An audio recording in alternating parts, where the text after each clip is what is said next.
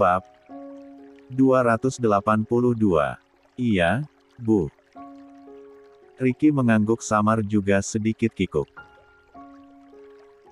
Apalagi menyadari jika sikapnya pada Riri dan Siva begitu acuh. Bahkan pada bayinya sekalipun. Kalau istri repot itu dibantuin. Jangan dibiarkan kerepotan sendirian. Bantu apa saja sebisanya. Mau bantu gendong, ganti popok, atau kasih susu. Toh nyusunya pakai dot ini. Bu Rati melanjutkan wejangannya. Ia masih khawatir jika sang putri akan kerepotan sendirian. Padahal di rumah pun, sering dibantu dalam merawat Siva. Entah olehnya ataupun Raya yang dulunya masih sendiri. Bu, sudah. Lebih baik, Ibu makan yang kenyang, kata Riri tak enak. Ia yakin, suaminya itu bukan tak berniat membantu, hanya saja kondisinya belum memungkinkan. Gak apa-apa, Mbak. Apa yang dikatakan ibu memang benar kok, timpa Ricky menyadari semuanya. Nah, bagus itu. Sadar diri. Setelah sadar, jangan lupa berubah, balas Bu Rati. Riri hanya geleng-geleng kepala mendengar penuturan sang ibu. Namun ia pun mengerti, semua itu dilakukan saking besarnya rasa sayang ibunya itu pada dirinya. Silakan, Mbak, kalau mau sarapan. Aku sudah selesai kok. Sini bayinya biar aku yang gendong. Kata Ricky setelah menghabiskan setengah centong nasi sebagai pengganjal perutnya. Riri mengangguk. Lah menyerahkan bayinya pada Ricky. Meski lelaki itu terlihat sedikit kesusahan dalam mencari posisi yang pas dalam menggendong bayinya. Tentu karena itu adalah pengalaman pertamanya. Harus menggendong bayi merah yang ukurannya begitu kecil. Hati-hati, Mas. Kata Riri. Bu Rati geleng-geleng kepala. Ternyata menggendong anak sendiri aja gak bisa, gerutunya pelan. Nanti biar aku ajarin cara menggendong yang benar, kata Riri yang bersiap sarapan. Tante, Naufal juga sudah selesai sarapannya. Apa Naufal juga sudah bisa gendong adik bayi? Tanya Naufal yang terlihat begitu gemas menatap adiknya. Jangan dulu ya, sayang. Adik bayi masih terlalu kecil.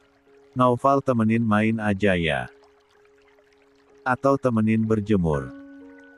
Soalnya kata dokter, adik bayinya harus diajak berjemur biar sehat, timpal Riri selembut mungkin. 70. Oke, Tante. Sahut Naufal mengerti. Sudah bisa dijemur sekarang. Tanya Ricky yang masih menggendong bayinya dengan kaku. Bentar lagi ya, Mas. Nunggu sinar mataharinya benar-benar panas dulu. Ini baru nongol soalnya, timpal. Riri. Baiklah. Ricky menyahut pendek. Ia masih menimang-nimang bayi itu seraya memperhatikan garis wajah sang bayi. Namun bayi itu belum terlihat mirip siapa-siapanya karena usianya yang masih sangat kecil. Bagaimana kalau bayi ini tumbuh mirip ayahnya? Gumam Ricky. Masih tersisa beban di hatinya tentang asal-usul bayi tersebut yang masih ia rahasiakan dari semua orang termasuk dari keluarganya. Ricky tak terlalu paham, andai ia tak pernah mengungkap jati diri anak itu, entah ia akan berdosa atau tidak. Karena memutus silaturahmi antara sepasang ayah dan anak kandung. Namun yang ia yakini, sang ayah kandung pun belum tentu menginginkan keberadaan anak itu. Mungkin juga tak pernah menyangka telah menitipkan benih di rahim seorang wanita atas perbuatannya dulu. Mas, ayo. Ricky sedikit terkesiap mendengar suara Riri. Ia terlalu larut dalam memandangi sang bayi diiringi lamunan dalam. Kemana? Tanya Ricky nampak kebingungan. Jemur bayinya. Aku juga sekalian mau suapin Siva makan, jawab Riri. Tangannya memegang mangkuk berisi empasi Siva. Oh, iya, ayo. Ricky tersenyum canggung, lalu menoleh pada meja makan, sudah kosong. Bahkan ia tak menyadari saat Bu Ratih meninggalkan meja makan. Ibu lagi siap-siap mau pulang. Kata Riri seolah mengerti arti tatapan Ricky pada kursi yang semula ditempati Bu Ratih. Oh. Ricky menyahut pendek kemudian berjalan mengikuti Riri menuju halaman. Bi, sarapan dulu. Siva juga mau disuapin. Kata Riri pada Bidarmi yang sedang mendorong Siva di stroller. Baik, Mbak. Bidarmi pun lalu meninggalkan Siva bersama sang ibu. Pun Ricky yang duduk di kursi taman sambil memangku bayi. Ada Naufal juga yang terus menempel pada dirinya. Anak cantiknya mama, makan yang banyak ya, biar cepat besar. Kata Riri sambil mendekatkan sendok berisi bubur bayi buatannya sendiri. Siva yang matanya sudah berbinar melihat sendok tersebut, langsung melahap makanannya dengan antusias. Suara ocehan sesekali keluar dari mulutnya membuat suasana terasa riang dan hangat. Nanti kalau Siva sudah besar, Naufal ajarin naik sepeda ya, Tante, kata Naufal yang matanya berpindah-pindah. Menatap Siva lalu berpindah pada adik bayinya. Oke. Tapi hati-hati ya. Balas Riri sambil tersenyum simpul. Siap, Tante. Adik bayi juga nanti kalau sudah besar mau Naufal ajarin naik sepeda, timpal Naufal dengan 71. Riang. Oh, iya. Adik bayi siapanya namanya? Lanjut Naufal sambil menatap Ricky dan Riri bergantian. Riri sempat menatap Ricky sebentar. Setelah itu, pura-pura fokus menyuapi Siva lagi. Biarlah pertanyaan itu dijawab langsung oleh Ricky sebagai ayah dari sang bayi. Adik bayi belum memiliki nama. Naufal masih kasih nama. Balas Ricky. Apa ya? Naufal gak tahu. Naufal mengendikkan bahunya pelan. Mending ayah aja yang kasih nama, lanjut Naufal. Ricky terdiam. Ia memang belum menyiapkan nama sang anak sama sekali. Hanya satu nama yang terbersit di pikirannya, Naura, kembaran dengan sang istri. Nyatanya bayi yang lahir laki-laki hingga tak mungkin diberi nama tersebut. Bagaimana kalau Naufan, kan deketan tuh sama Naufal. Atau Nurhan juga bisa. Tak jauh dari nama ibunya, usul Riri.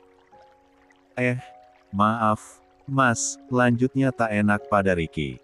Gak apa-apa. Menurutku itu nama yang bagus. Tinggal pilih mau yang mana, balas Ricky. Riri hanya tertunduk diam. Merasa tak enak hati karena sudah terlalu lantang memberikan sebuah nama padahal ia tak berhak. Aduh. Apa nih yang panas? Ricky tiba-tiba berdiri dengan air mengucur dari tangannya. Astagfirullah, maaf Mas, lupa, tadi popoknya penuh dan belum sempat dipakaikan lagi. Cuma dipakaikan celana pendek sama bedong, timpal Nuri yang lagi-lagi merasa tak enak. Jadi, bayinya ngompol ya? Balas Ricky yang kini sudah bajunya sudah basah. Iya, timpal Riri singkat dengan senyum kikuk. Ayah lucu, dikencingi adik bayi. Jadinya basah semua. Bau lagi. Naufal tergelak pelan lalu menutup hidungnya sendiri saat mencium aroma bau pesing. Langsung mandi saja, Mas. Bayinya juga mau aku mandiin. Gantian sama Siva. Titah Riri. Baiklah. Ricky menyahut pasrah. Ia lalu membawa bayi itu ke dalam dan menyerahkannya pada Riri untuk dimandikan. Menjelang siang, Bu Ratih pamit pulang. Beberapa keluarga Adiputra pun kembali datang ke rumah Ricky. Sekedar untuk menemani dan menghibur keluarga yang masih dirundung duka. Rick, apa kamu gak akan menggelar syukuran kelahiran anakmu? Sekalian akikahan? Tanya Pak Damar. Ricky menoleh sebentar lalu menunduk. Acara syukuran seperti itu tak pernah terpikirkan oleh dirinya apalagi setelah kepergian sang istri. Aku tahu kamu masih berduka. Tapi kelahiran bayi itu juga perlu kamu syukuri. Dia anakmu, keturunanmu. Pikirkanlah dulu. Masih ada waktu sampai anakmu berusia 40 hari, lanjut Pak Damar. Ricky hanya mengangguk pelan. Akan mempertimbangkan kembali usul Pak Damar meski ia sendiri masih ragu. 72. Sementara Pak Damar sendiri sempat mengernyit keheranan. Entah kenapa ia merasa jika Ricky tak terlalu antusias dalam menyambut kelahiran bayi itu. Ia juga tak seperti ayah baru lainnya yang begitu excited dengan kelahiran anak mereka. Ricky terlalu dingin dan biasa atas hadirnya anugerah paling berharga yang diimpikan semua orang tua. Gimana hubunganmu dengan Riri? Tanya Pak Damar. Baik. Hanya itu jawaban Ricky. Bingung harus menjawab apa. Kamu bisa membuka hati untuknya. Lanjut Pak Damar. Ricky menoleh lalu kembali memalingkan tatapannya. Aku belum tahu. Belajar. Aku tahu kamu sangat mencintai mendiang istrimu. Tapi sekarang dia sudah tenang di alam sana. Istrimu sekarang adalah Riri. Hargai keberadaannya. Perlakukan dia bagaimana layaknya seorang istri. Ingat, bersikap zalim pada istri itu dosa besar, timpal Pak Damar mengingatkan. Ricky hanya bisa mengangguk. Dia sebenarnya paham itu. Hanya saja harinya masih terlalu melekat pada mendiang sang istri. Hingga sulit untuk membuka hati pada wanita lain. Apalagi dalam waktu yang terbilang sangat singkat. Kita memang tidak bisa memilih untuk mencintai siapa. Tapi kita bisa berikhtiar dengan cara memupuknya. Toh orang-orang yang awalnya hanya ta'aruf pun, ujung-ujungnya bisa saling mencintai, timpal Pak Damar. Ricky termenung. Ia mengingat kembali peristiwa Davin dan Ayu yang dulu diharuskan menikah karena suatu hal. Ricky memang menjadi satu-satunya orang yang tahu tragedi memalukan tersebut. Tapi dari kejadian itu, Ricky bisa memetik satu pelajaran, yaitu cinta bisa tumbuh karena seringnya bersama-sama meski awalnya tak ada rasa. Apa mungkin aku juga nanti bisa seperti itu?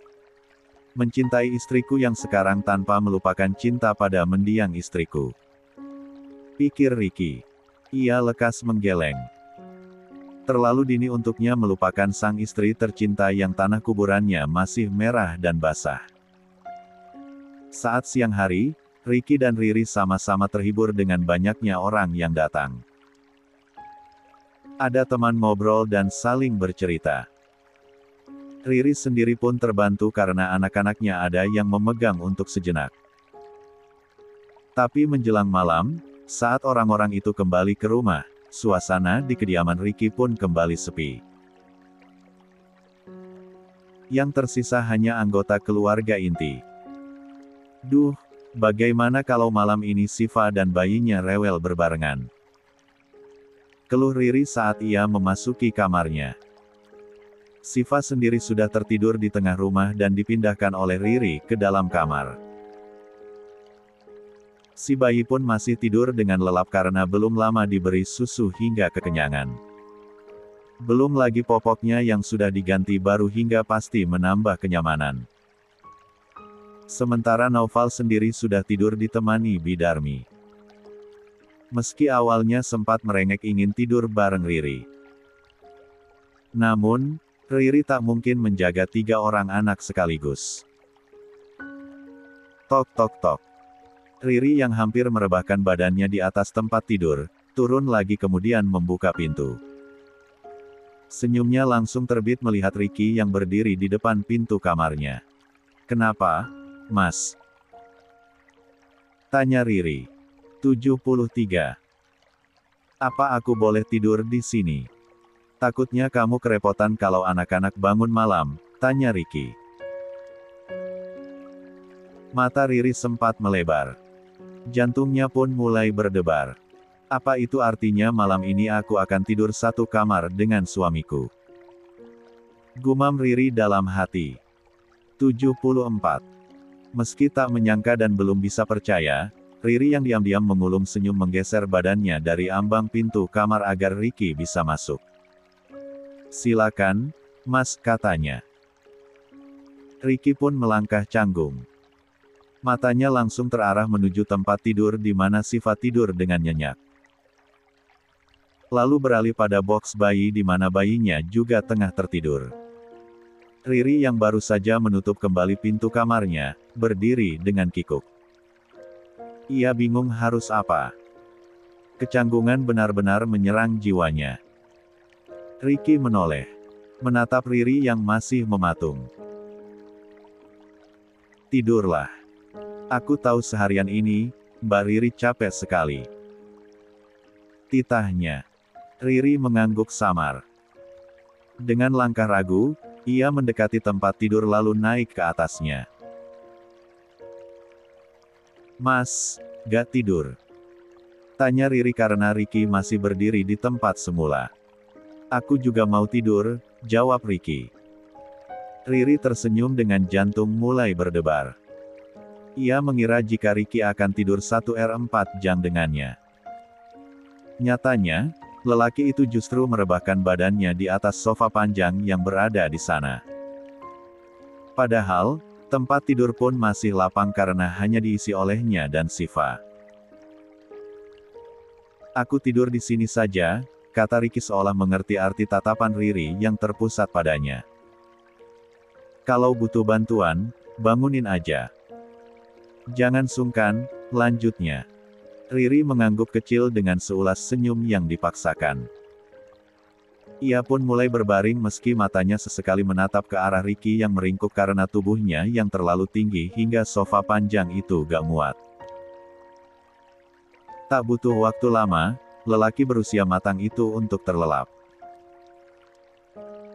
Tentu karena malam kemarin, ia hampir tak tidur semalaman. Juga siang hari yang tak ada waktu untuk istirahat. Mendengar suara dengkuran halus dari Ricky, Riri tersenyum simpul. Baginya, sudah bisa satu kamar saja sudah membuatnya sangat bahagia. Setidaknya semalaman, dia bisa melihat sosok lelaki yang dicintainya ada bersamanya. Dan itu membuatnya tak merasa sendirian. Dengan sisa senyum masih terukir di bibirnya, Riri tertidur, menyusul sang suami dan anak-anaknya menuju alam mimpi.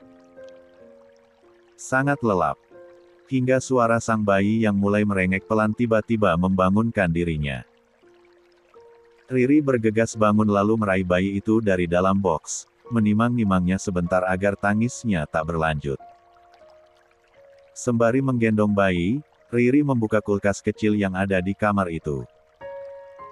Mengeluarkan satu kantong ASI perah dan memindahkannya ke dalam botol. Setelah dihangatkan, barulah bersiap untuk diberikan pada sang bayi.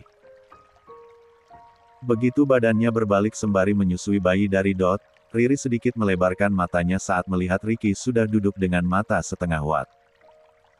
75. Mas, kok bangun?" tanya Riri. "Iya." Ricky menyahut pendek. Kentara sekali lelaki itu sedang berusaha menahan kantuk dengan mata memerah. "Aku mengganggu tidur, Mas." "Iya." "Maaf," kata Riri. Ia sadar, aktivitasnya tadi saat menyiapkan susu untuk bayi mengganggu tidur Ricky.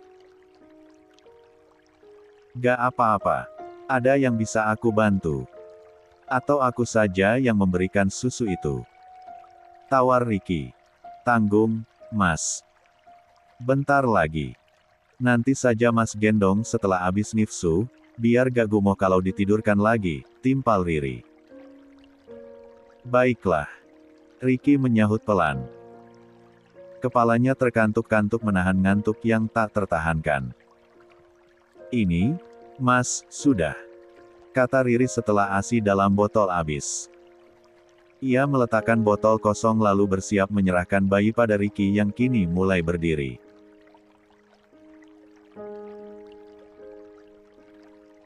Hati-hati, ya. Bayinya simpan di D4 kata Riri lagi. Saat memindahkan bayi tersebut, tanpa sengaja tangan keduanya saling bersentuhan. Menimbulkan gelenyar aneh di hati Riri dan membuatnya kembali merasa kikuk. Namun melihat respon Ricky yang biasa saja, Riri pun pura-pura bersikap biasa. Ia hanya membantu Ricky membenarkan posisi bayi yang sedang digendongnya. Sambil ditepuk-tepuk pelan punggungnya, "Mas, biar sendawa." Titah Riri. "Abis ini, ngapain?" Tanya Ricky yang masih menggendong bayi dengan kaku. "Kalaupun sudah, nanti bisa ditidurkan lagi," jawab Riri. "Gampang kalau gitu. Mbak Riri lanjut tidur aja," titah Ricky. "Aku mau pumping aja." Mumpung Siva masih nyenyak, timpal Riri. Ia lekas menyiapkan alat pompa lalu duduk di tepi tempat tidur dengan posisi membelakangi Ricky. Tentu karena aktivitas itu akan memperlihatkan sesuatu yang masih belum dilihat oleh Ricky meski keduanya sudah suami istri. "Bayinya sudah tidur lagi, Mbak, apa bisa diletakkan sekarang?" Tanya Ricky takut salah. "Iya, Mas, tidurkan aja lagi di box," jawab Riri. Tanpa sadar ia berbalik dengan posisi yang menasi memompa. Tentu saja hal itu membuat Ricky sempat tertegun. Dia diam-diam menelan ludah saat melihat kedua buah D4 sang istri yang terekspos sempurna. Apalagi sebagai ibu menaifsui, ukurannya jauh lebih besar dan berisi dibandingkan dengan wanita yang sedang tidak menaifsui. Sebagai seorang lelaki normal, tentu hal itu menimbulkan rasa tersendiri untuk Ricky. Ada sesuatu yang meronta-ronta di dalam jiwanya. Namun, buru-buru ia mengalihkan pandangannya sebelum dirinya tak sanggup menahan diri. "Astagfirullah. Maaf, Mas." Riri buru-buru berbalik lagi saat menyadari jika D4-nya terbuka seluruhnya. Wajahnya memerah karena malu. Dia juga diam-diam menepuk keningnya sendiri menyadari kecerobohan yang dilakukannya. 76. "Aku tidur lagi, ya. Kalau bayinya nanti bangun, Mbak Riri bisa bangunin aku lagi," kata Ricky yang masih menundukkan kepalanya. Ia lekas kembali ke sofa dan meringkuk lagi di sana. "Astagfirullah." Ricky mengusap wajahnya pelan saat bayang-bayang area tersembunyi sang istri memenuhi pikirannya. Ia membuang jauh-jauh rasa itu padahal sudah halal untuknya. Riri yang baru menyelesaikan aktivitas memompanya pun lekas mengancingkan lagi pijamannya. Dengan perasaan masih tak enak, ia membereskan lagi alat pompa.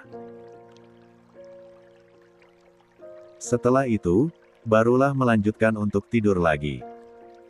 Sebanyak 2 kali, Riri dan Ricky terbangun karena tangisan bayi. Yang ketiga kalinya menjelang subuh, Riri hanya bangun sendirian. Karena Ricky sama sekali tak terganggu dengan suara tangisan bayi itu. Sembari mengucek matanya, Riri kembali melakukan aktivitas yang sama.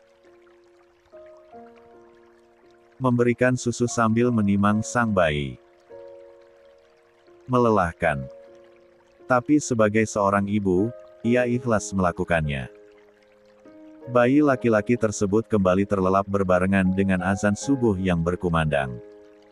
Riri lekas menyimpan lagi bayinya ke dalam box. Setelah itu, ia pergi ke kamar mandi dan mengambil air wudhu. Riri sempat tertegun sejenak melihat sang suami yang masih meringkuk. Ingin sekali membangunkannya dan mengajak untuk salat bersama. Salah satu impian yang belum dilakoninya sejak pernikahan pertama.